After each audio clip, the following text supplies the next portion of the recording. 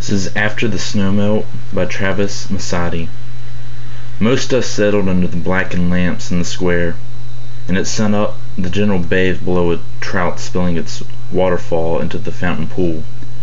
As the baker stepped out from his shop, he took note of how far winter had pushed the old man's limbs, how his beard was dense as hemp yarn. He knew the general lived somewhere on the mountain, and that the snowmelt brought him down each spring. He thought it admirable, the way the men who'd served during the war had been able to peel away that face with a dull blade and lock it up in a chest, along with the boots and swords uniform beginning to dry on the threshold of the fountain. The general noticed the baker and nodded, his rib cage glowing in the full light of the sun, glistening like an animal's half-eaten in thaw. This poem I had to read a few times to fully understand, but mostly it's talking about a time where in the mountains they would fight a war battle during the winter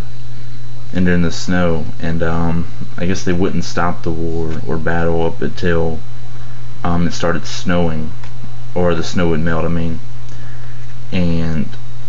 when the soldiers would come back to the town, they would clean up and shave away whatever facial hair, and just, it said lock away their boots, swords, and uniforms, and could just go back to regular life and just act like they hadn't seen or been through anything the past season. And that gives you the example about, the general came back and was cleaning up and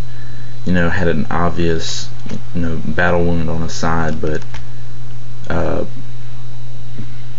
just acted like everything was fine and everything was okay, but until winter, or next winter, I guess, he wouldn't return to battle. So that's it.